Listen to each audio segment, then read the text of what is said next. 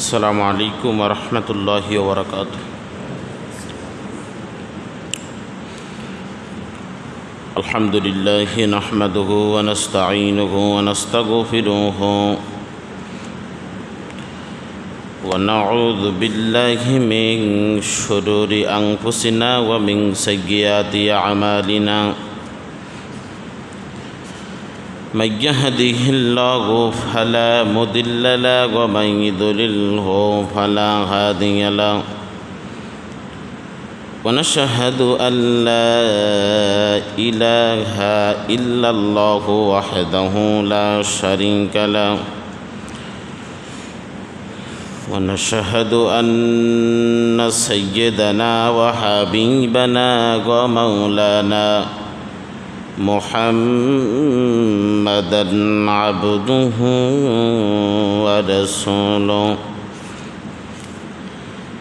الذي أرسله بالحق بشيرا ونذيرا وداعيا إلى الله بإذنه وسراجا وقمرا منيرا. فقد قال الله تعالى في كلامه المجيد وفرقانه الحميد. আমার সাথে পড়ুন। আউযু বিল্লাহি মিনাশ শাইতানির রাজিম। বিসমিল্লাহির রহমানির রহিম। وما كان لمؤمن ولا مؤمنة إذا قضى الله ورسوله أمرا أن يكون لهم الخيرة من أمرهم ومن يعص الله ورسوله فقد ضل ضلالا مبينا. صدق الله العظيم. وقال النبي صلى الله عليه وسلم تؤفة المؤمن الموت رواه مسلم.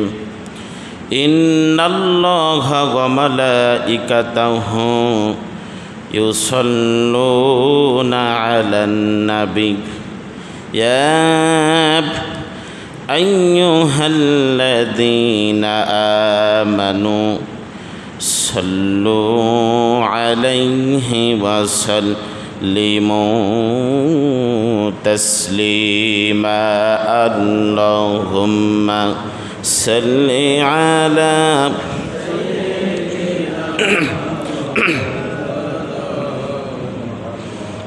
وعلى علي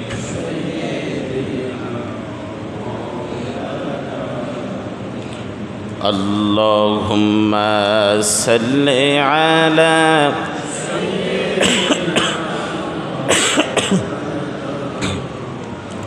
وعلى علي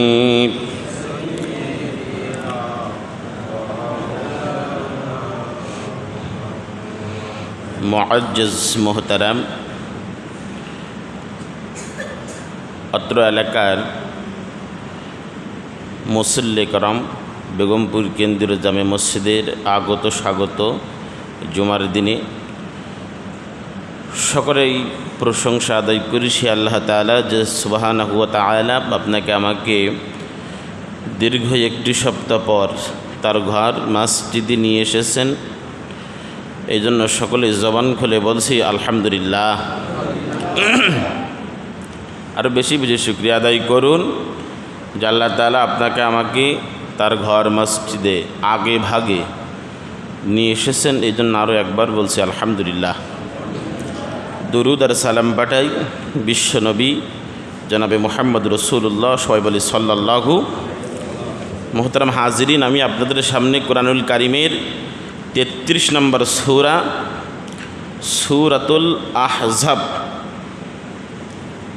সূরাতুল আহজাব আমি আপনাদের সামনে তেলাওয়াত করেছি। কোরআনুল কারিমের 33 নম্বর সূরা, আয়াত নম্বর 36।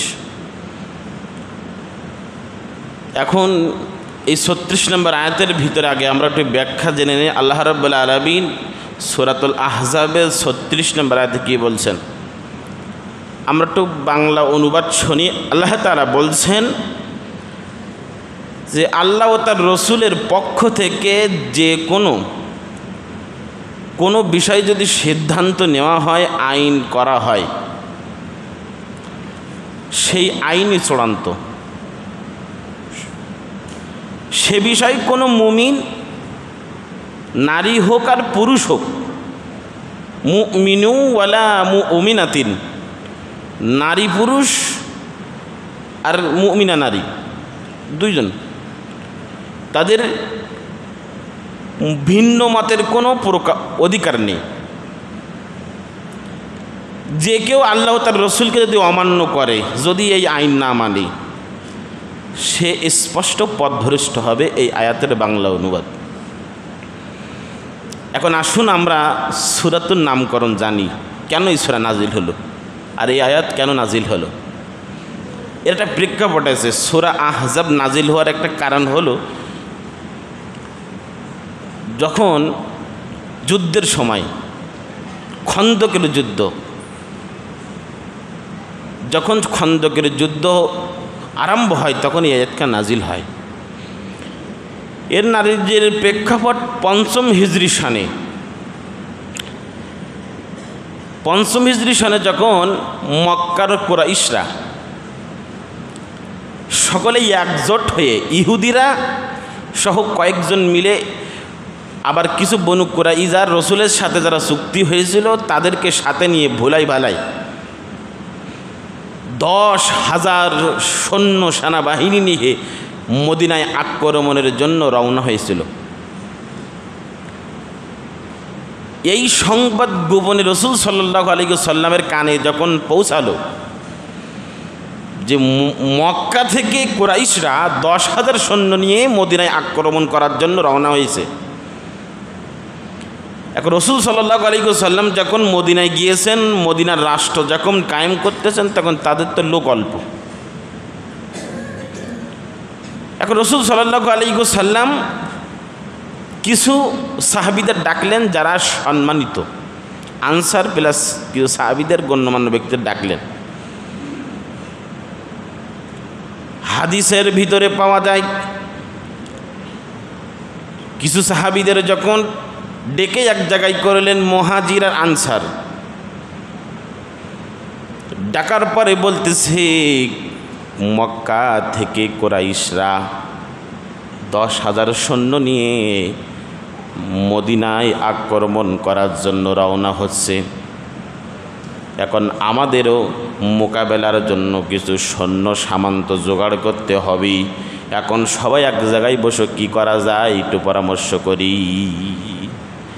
তাহলে এখান থেকে আরেকটা শিক্ষা বের করা যায় যে কোনো কাজ করার আগে পরামর্শ করা, ওটা কি রসুলের সুন্নাহ। স্বয়ং রসুল সাল্লাল্লাহু আলাইহি ওয়াসাল্লাম নিজে সাহাবীদের কাছ থেকে পরামর্শ নিয়েছেন। আল্লাহর সিদ্ধান্ত তো চূড়ান্ত, কিন্তু রসুল সাল্লাল্লাহু আলাইহি ওয়াসাল্লাম পরামর্শ নিয়েছেন। তারপরে সিদ্ধান্ত আল্লাহ রাব্বুল আলামিন অথবা রসুল আল্লাহ যারা জানিয়েছেন, রসুল সেটা বলেছেন। যখন এই কথা আওয়াজ উঠল, 10,000 সৈন্য নিয়ে রসুল সাল্লাল্লাহু আলাইহি ওয়াসাল্লাম যখন ওই মজলিসে কথা বলতেছেন, এক পাশে আনসার আর এক পাশে মুহাজির, সকলেই মিলে সকলের মনটা নরম হয়ে গেল, সকলের মনটা খারাপ হয়ে গেল। 10,000 লোক আর কোনো রকম মদিনায় যে কয়জন সাহাবী আছে, মুহাজির আর আনসার মিলে সকলকে এক জায়গায় করে দেখে, কিছু লোককে রেখে গিয়ে দেখে সৈন্য 3,000 মুসলমানরা জোগাড় করেছি। 3000 লোক নিয়ে যখন 10,000 লোকের বিরুদ্ধে যুদ্ধ করবে, কিভাবে যুদ্ধ করবে? এক একজনের জন্য মনে করেন 3 জন করে লোক যুদ্ধ করতে হবে। রসুলের এই কথা শুনে সাহাবীরা বলো মনের ভিতর ভীত সন্তুষ্ট হলেন, মনের ভিতরে খারাপ লাগতে লাগলেন। কিছু লোক হঠাৎ করে বলে উঠলে, ইয়া রাসূলুল্লাহ, ইয়া হাবিবাল্লাহ, ওদের কিন্তু লোক সংখ্যা কিন্তু 10,000, ওদের লোক সংখ্যা কিন্তু 10,000, আমাদের কিন্তু 3,000। ভেবে চিন্তে কথা বলেন। আল্লাহ রাব্বুল আলামিন কোরআনুল কারীমের ভিতরে সুন্দর করে বলে দিচ্ছেন, ওয়ামা কানা লিমুমিনিন ওয়ালা মুমিনাতিন ইযা কাদাল্লাহু ওয়া রাসূলুহু আমরান আইয়াকুনা লাহুমুল খিয়ারাতু মিন আমরিহিম। আল্লাহ এবং আল্লাহর রসুল যেটা সিদ্ধান্ত নিয়েছে 10,000-এর বিরুদ্ধে 3,000 লোক যুদ্ধ করবে, যাদের শরীরের ভিতরে ঈমান আছে, নারী হোক আর পুরুষ হোক, দ্বিমত পোষণ করতে পারবে না। আল্লাহর রসুলের সিদ্ধান্ত চূড়ান্ত হবে, যেতে হবে সেই কথা। আল্লাহ রাব্বুল আলামিন সূরাতুল আহজাবের 12 নম্বর আয়াতে কালিমা নাজিল করলেন, ইয ইয়াকুলুল মুনাফিকুনা ওয়াল্লাযীনা ফি কুলুবিহিম মারাদুম মা ওয়া'আদানাল্লাহু ওয়া রাসূলুহু। কিছু মুনাফিক শয়তান আছে, ভালো কাজে বাধা দেয়, খারাপ কাজে। কোনো গ্রামে এত খারাপ কাজ হবে কোনো দিন বাধা দেবে না। যত ভালো কাজ আছে ও শয়তানের চোখে পড়বে ভালো কাজে বাধা দেওয়ার জন্য। গ্রামে এত খারাপ কাজ হবে কোনো দিন বাধা দেবে না। যদি আপনি একটা কোরআন হাদিসের কোনো কাজ করতে চান, ওই শয়তানের জাত এসে শুরু করে দেবে কি করে কাজটা ধ্বংস করা যায়, কি করে কাজটা নির্মূল করা যায়। ও এই কাজের বিরুদ্ধে লেগে যাবে নির্মূল কি করে করা যায়। এই শয়তানগুলো শুধু আজকে নয়, এইখান থেকে 1400 বছর আগে রাসূল সাল্লাল্লাহু আলাইহি ওয়াসাল্লাম যখন যুদ্ধের ময়দানে যাওয়ার জন্য রওনা হয়েছিল, কিছু মানুষ যাবে না বলে অজুহাত ধরলো। 10,000 লোকের বিরুদ্ধে 3,000 লোক যুদ্ধের ময়দানে যাব না। আল্লাহ রাব্বুল আলামিন বলতেছেন, রাসূল, ওই শয়তানদের মনে ব্যাধি আছে, সন্দেহ আছে। ওরা বলছিল যে আল্লাহ ও তার রসুল যে ওয়াদা করেছিল এই 3,000 লোক 10,000-এর বিরুদ্ধে যুদ্ধ করবে, এই সব প্রতারণা ছাড়া আর কিছু না। 10,000 লোকের বিরুদ্ধে 3,000 লোক যুদ্ধ করবে, এখানে কথা হলো, কথা জাত হলো। কিছু মানুষ বলতে লাগলো, কাফেরেরা পর্যন্ত এই নিয়ে আলোচনা করতে লাগলো যে এবার অন্তত মুহাম্মদ আর কিছু করতে পারবে না। আল্লাহ রাব্বুল আলামিন আয়াতে কালিমা নাজিল করে দিয়ে তখন এই কথা বলতেছেন। হঠাৎ করে আল্লাহ রাব্বুল আলামিন আর আয়াতে কালিমা নাজিল করে রাসূলকে জানিয়ে দিচ্ছেন, নবী হে, ওয়াইয ক্বালাত তাইফাতুম মিন ইয়া আহলা ইয়াসরিব লা মুকামা লাকুম ফারজিউ ওয়া ইয়াস্তাযিনু ফারিকুম মিনান নাবী। নবী হে, যখন একদল লোক বলল ইয়াসরিববাসী অর্থাৎ মদিনাবাসী এখানে তোমাদের কোনো স্থান নেই, তাই তোমরা ফিরে যাও। তাদের একদল নবীর কাছে অনুমতি চাইল, বাড়ি ঘরদর অরক্ষিত অজুহাত হিসাবে পেশ করলো, ইয়া রাসূলুল্লাহ, ইয়া হাবিবাল্লাহ, যুদ্ধে যাওয়ার জন্য মনটা বড় চাই, কিন্তু আমার ঘরের বিবি, আমার বিবি বাল বাচ্চা কী করে রেখে যাব, অজুহাত পেশ করতেছে। আল্লাহ সেই কথা বলতেছে আবার, আমার ঘরের বিবি, আমার এই বাড়ি ঘরদর কার জন্য রেখে যাব? আপনি যে জিহাদের কথা বলতেছেন, দেখেন কি করে অজুহাত পেশ করে। আপনি জিহাদের কথা বলতেছেন, কিন্তু আমার মনটা চাই যুদ্ধে যাই, কিন্তু আমি বাড়ি ছেলে মেয়ে সন্তান তো যেতে পারবো না। কিছু মানুষ অজুহাত পেশ করতে লাগলো, তবে সন্তান ছেলে মেয়ে থেকে কী করে যায় আপনি বলেন দি।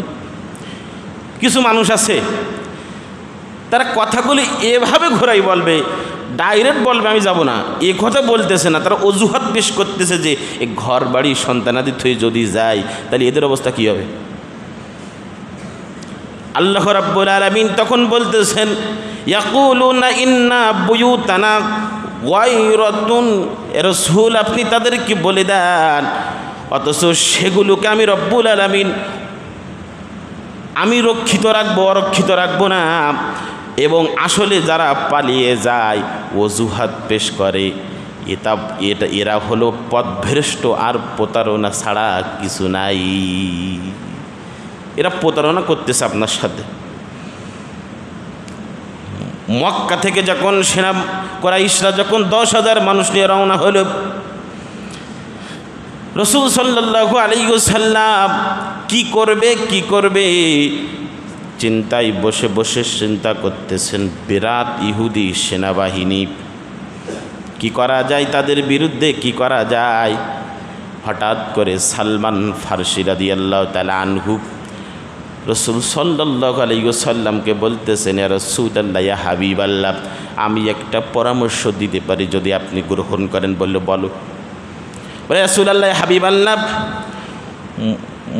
মদিনার কিছু অঞ্চল, উত্তর অঞ্চল হচ্ছে নিচু পাথরি অঞ্চল আছে, কিছু পাহাড়ি অঞ্চল আছে, ওরা যে রাস্তা দিয়ে আসবে ওই রাস্তা যদি আমরা খনন করে রাখি তাহলে ওরা আসতে পারবে না, আমরা এই পাশে থেকে যাব।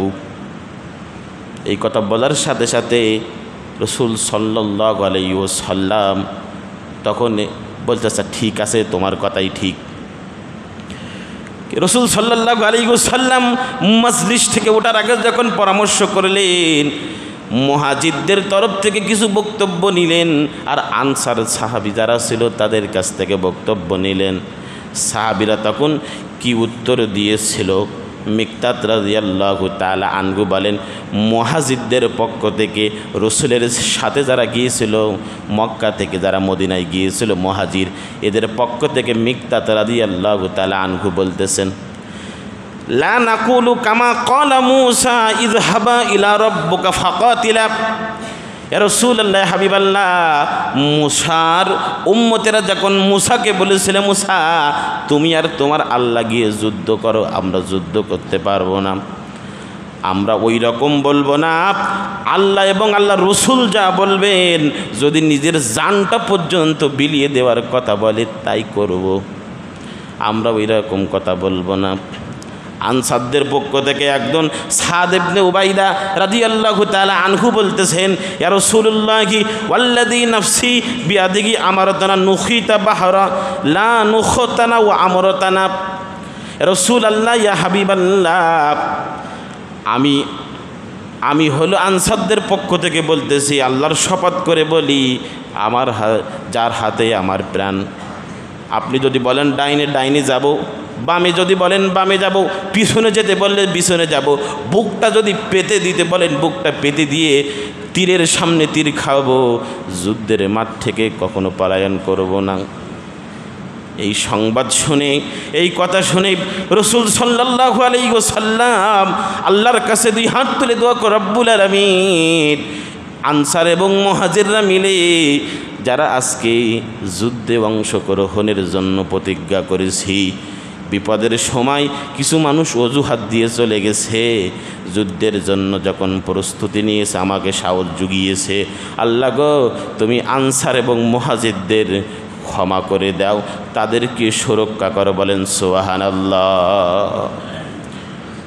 এখন এইভাবে দ্রুততার সহিত উঠে গেলেন। এবার খননের কাজ কিভাবে করবে?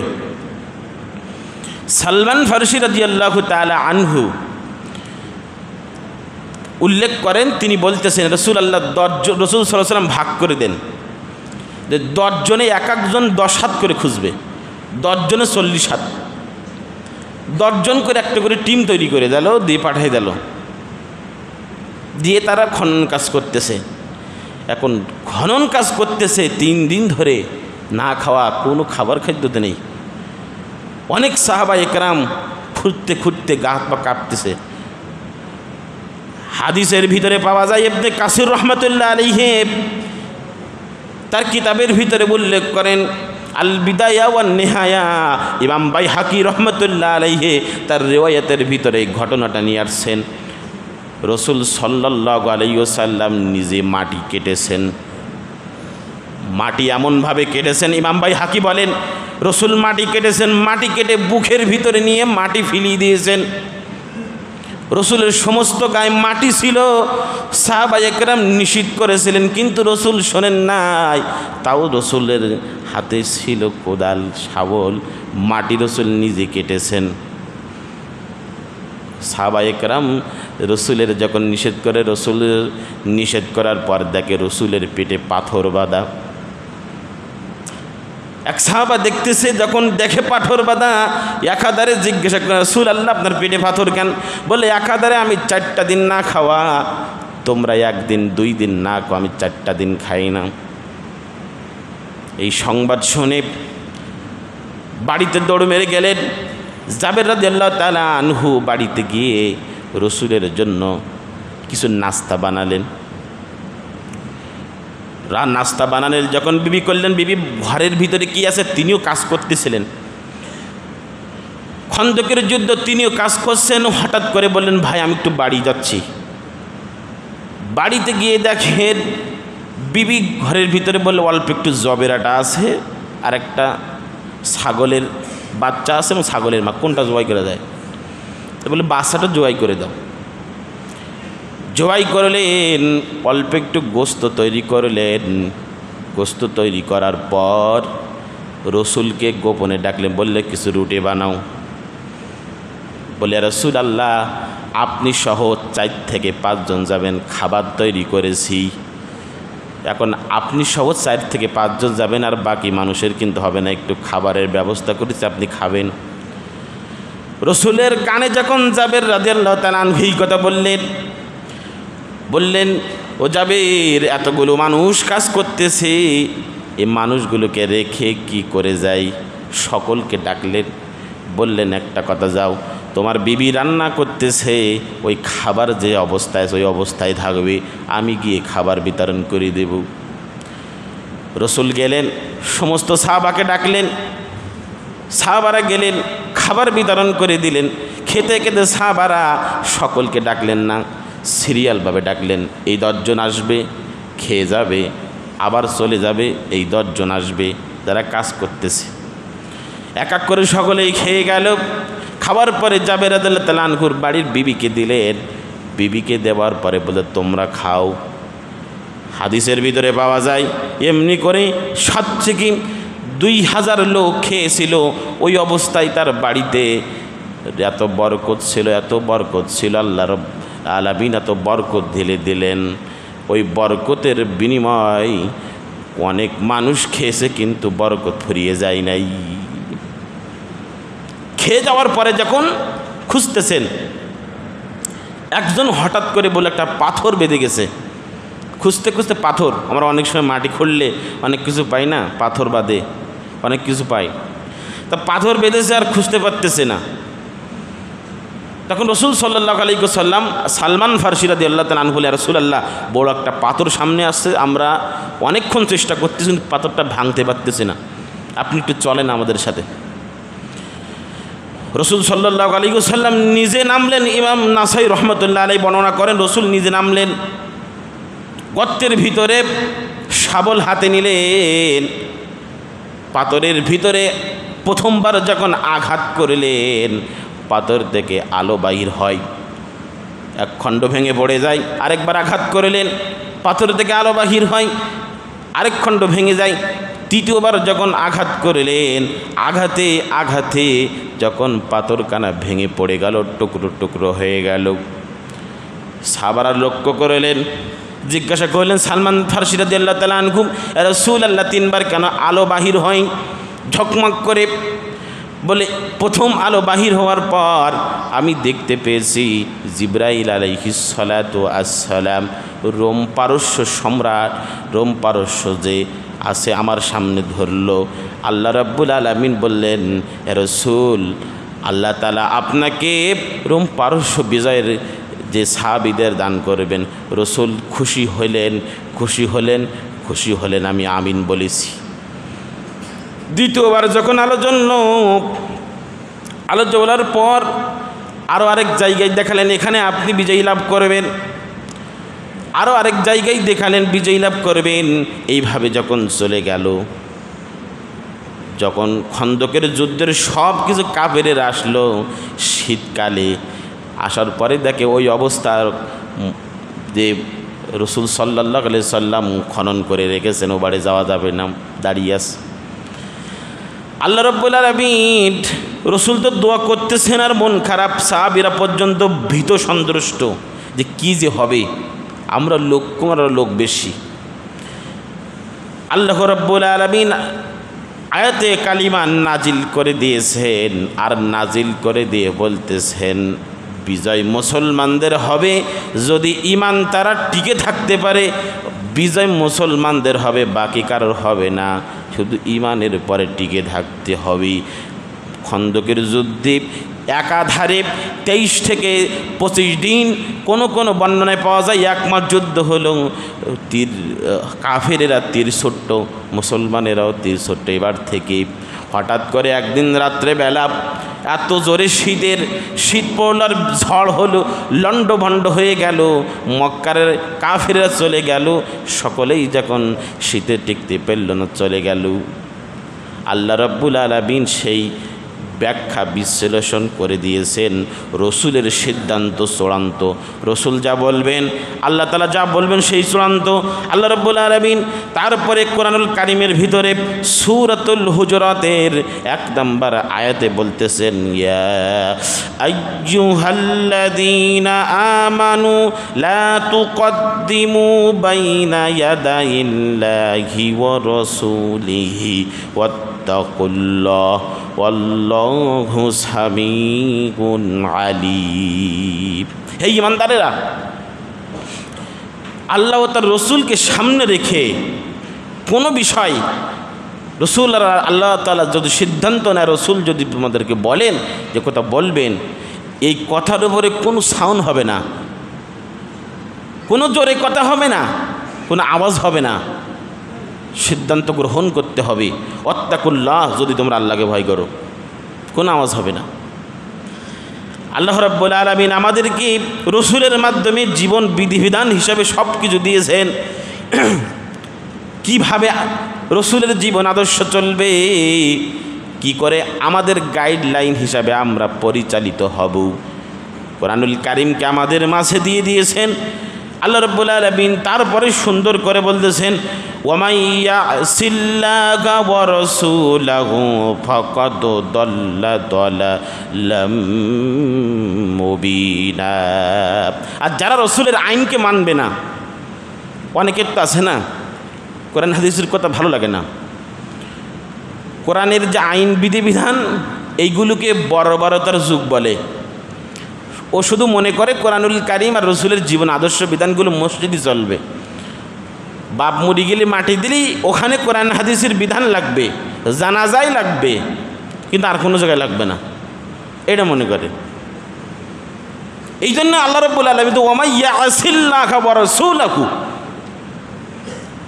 যারা আল্লাহ ও তার রসুলের আইনকে অমান্য করবে তাদের কি হবে, ফাকাদ দাল্লা দালালাম মুবিনা, তারা পথভ্রষ্ট গোমরাহিতে পড়ে যাবে। পথভ্রষ্ট হবে, প্রথম পথভ্রষ্ট হবে, তারা পথের দিশা পাবে না, আর দ্বিতীয় কথা তারা পথ প্রতারিত হবে। আদম আলাইহিস সালাতু ওয়াস সালাম থেকে শুরু করে আমাদের নবী পর্যন্ত যত নবী এসেছেন, সকলেই রসুল আল্লাহ তাআলার দাওয়াত দিয়েছেন। আল্লাহ তাআলার বিধিবিধান কি করে পরিচালনা করা যায়, মানুষ তার ব্যক্তিগত নিজস্ব আইন দ্বারা পুনরায়ন করতে পারবে না, আল্লাহর বিধান তাকে মানতে হবে। কোথায় আছে আল্লাহ বলছেন, সূরাতুল আরাফ 54 নম্বর আয়াতে আল্লাহ বলছেন, আলা লাহুল খালকু ওয়াল আমরু তাবারাকাল্লাহু রাব্বুল আলামিন। সাবধান হয়ে যাও, আল্লাহ রাব্বুল আলামিন সৃষ্টিকর্তা, তিনি তোমাদেরকে সৃষ্টি করেছেন, তার আইন তোমাকে মানতে হবে। কেন মানবে, তার কারণ হলো ফাতাবারাকাল্লাহু রাব্বুল আলামিন, তিনি একমাত্র প্রভু, তিনি আইন করতে পারেন, কিন্তু তোমরা কোনো আইন করে তাকে মানাতে পারো না। তিনি একমাত্র সৃষ্টিকর্তা, তিনি যা বলবেন তোমাদেরকে তাই মানতে হবে, তিনি যা বলবেন তোমাদেরকে শুনতে হবে। এখন আমাদের একটা বাস্তবতাটাই এমন হয়ে দাঁড়িয়েছে যে কোরআনুল কারিম আর রসুলের জীবন আদর্শ, চোখে পানি পড়বে, চোখ থেকে অনর্গল পড়তে থাকবে কোরআনুল কারিমের তেলাওয়াত শুনে, কিন্তু কোরআনুল কারিমের ভিতরের অর্থ অনুবাদ শুনে মিজাজ খারাপ হবে। অহরহ মানুষ এখনো পর্যন্ত কোরআনুল কারিমের তেলাওয়াত শুনে চোখ থেকে পানি বাহির হয়ে দাড়ি গড়িয়ে পড়ে। আলহামদুলিল্লাহ, ভালো কথা দিল নরম হয়। একই মানুষের সামনে যখন কোরআনুল কারিমের ব্যাখ্যা করা হয়, বিশ্লেষণ করা হয়, ওই মানুষটা রাগান্বিত হয়ে যায়, বলে আগে ভালো লাগছিল, এখন আর ভালো লাগে না। কোরআনের বিধি বিধান আজকে আমাদের সমাজ থেকে কিছু নামধারী ইহুদি বেঈমানেরা এমন কৌশলে উঠিয়ে দিয়েছে, আমরা বুঝতে পারি নাই বিধি বিধান কোথায় আছে। আবার কিছু মানুষ এমনভাবে কোরআনকে বুঝাচ্ছে যে কোরআনের নিয়মটা, আইন বিধি বিধানটা শুধু মসজিদের ভিতরে থাকুক, বাইরের জন্য না হয়। যে যা বলবেন, হুঙ্কার দেবেন, চিল্লাবেন, শুধু মসজিদের ভিতরে, বাইরের জন্য না হয়। সিরাত ইবনে হিশামের ভিতরে একটা ঘটনা আছে। আবু জাহাল স্বয়ং একদিন রসুলকে বলতেছে, ভাতিজা শোনো। তা বলতেছে, বলেন চাচা। তা বলতেছে যে শোনো, তোমাকে একটা অফার দেই আমি, তুমি যে কাজগুলো করতেছো আমাদের বাপদাদারা শুরু করে সম্পূর্ণ বিরোধী কথা। কেন বিরোধী কথা? আমরা মূর্তির পূজা করি, আর তুমি বলতেছো করা যাবে না। আমরা বিভিন্ন মূর্তির কাছে মাথা নত করি, লাস, উজ্জা, এরকম বিভিন্ন মূর্তি আছে, 360টার বেশি, আর তুমি বলতেছো করা যাবে না, সম্পূর্ণ বিরোধী। তা তুমি তোমার দাওয়াতখানা পৌঁছানোর জন্য একটা জায়গা তৈরি করো, সেইখানে তোমার কাজকর্মগুলো করো, তুমি বাইরে মানুষকে দাওয়াত দিও না। তোমার কাছে একটা অনুরোধ। 1400 বছর আগে আবু জাহাল এইটা রসুলের কাছে দিয়েছিল। সিরাত ইবনে হিশামের ভিতর বর্ণনা করে। মুসলমান ভাইরি, বিধি বিধানগুলো কোরআন থেকে যতক্ষণ না নিতে পারবেন, ফাইসালা যখন কোরআন থেকে আপনি না নেবেন, কি হবে? আপনি গোমরাই হয়ে যাবেন, আপনি পথভ্রষ্ট হয়ে যাবেন, দিক নির্দেশনা কুল কিনারা পাবেন না। আল্লাহ রাব্বুল আলামিন নিজেই বলতেছেন, আল্লাহ তাআলা আরও আরেক জায়গায় বলতেছেন যে যখন কোরআন থেকে মানুষ বিমুখ হবে, তখন তারা বিভিন্ন জায়গায় লাঞ্ছিত হবে, অপমানিত হবে, অপদস্থ হবে। এজন্য আসেন, আমাদের শুধু জীবন বিধান শুধু মসজিদের ভিতরে নয়, আমরা বাইরেও কোরআনুল কারিমকে মানার চেষ্টা করি। পরিবার থেকে শুরু করে সমাজ, রাষ্ট্র পর্যন্ত আমরা কোরআন আইন থেকে চালু করার চেষ্টা করি। তাহলে শান্তি আসবে, অশান্তি দূর হয়ে যাবে, মানুষ সকলেই মিলেমিশে থাকতে পারবে। আল্লাহ রাব্বুল আলামিন সূরাতুল আহজাবের থেকে যে আলোচনাটুকু করেছি, আল্লাহ তাআলা আমাকে সহ আপনাদেরকে আমল করার তৌফিক দান করুন। সবাই বলি আল্লাহুম্মা আমিন। ওয়া আখিরু দাওয়ানা আলহামদুলিল্লাহ।